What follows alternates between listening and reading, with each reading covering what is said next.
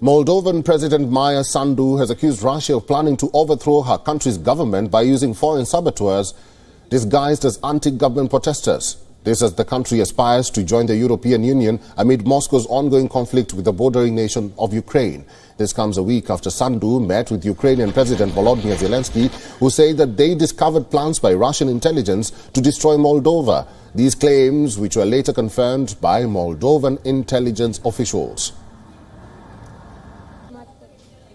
The plan for the next period involves actions involving saboteurs with military training, dressed in civilian clothes, who would undertake violent actions, attack government buildings and take hostages.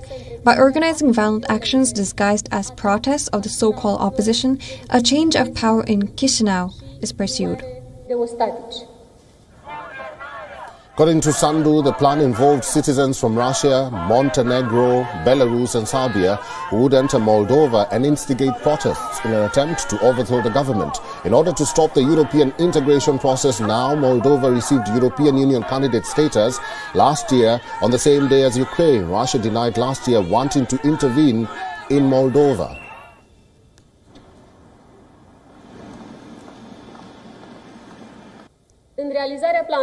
As I said earlier, the purpose of these actions is to overthrow the constitutional order, change the legitimate government in Chisinau to an illegal one, which would put our country at the service of Russia in order to stop the process of European integration, but also so that Moldova could be used by Russia in her war against Ukraine.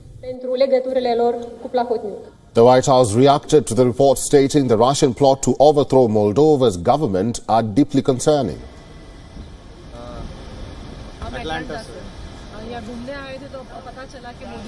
Everybody, sorry to keep you waiting.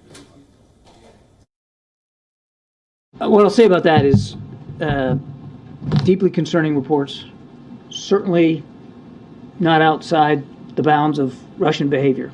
And we absolutely stand with the Moldovan government and the Moldovan people.